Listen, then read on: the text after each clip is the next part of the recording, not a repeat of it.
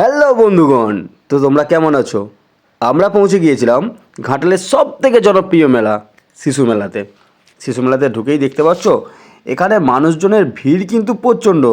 বিকেল তখন ঠিক 4টে কি 3:30 এরকম বাজবে, সেই সময়ও কিন্তু প্রচুর মানুষের ভিড় দেখতে পেয়েছো। আমরা দুজনে পৌঁছে গিয়েছিলাম শিশু মেলাতে।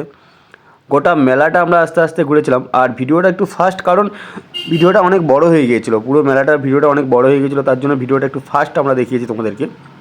এখানে ও কিছু কানের কিনে নিচ্ছে ওর। তারপরে আমরা বেরিয়ে গেছিলাম, আরও বেশ কিছু জিনিসপত্র আমরা এখানে কিনেছিলাম, ব্যাগ, কিছু জামা, কিছু কাপড়। তো সেইগুলো সব ভিডিও আমি হয়তো ক্লিপ তুলতে পারিনি।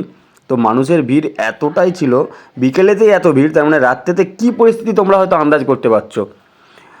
তো যারা এই শিশু মেলাতে যাবে তাদেরকে বলবো সময় নিয়ে যাবে, সাবধানে যাবে, খুব সেফটির সাথে যাবে, কারণ মানুষজনের ভিড় প্রচণ্ড। আর ভিড়ের মধ্যে কত মানুষের কত কিছু হতে পারে সেটা সবাই হয়তো জানো।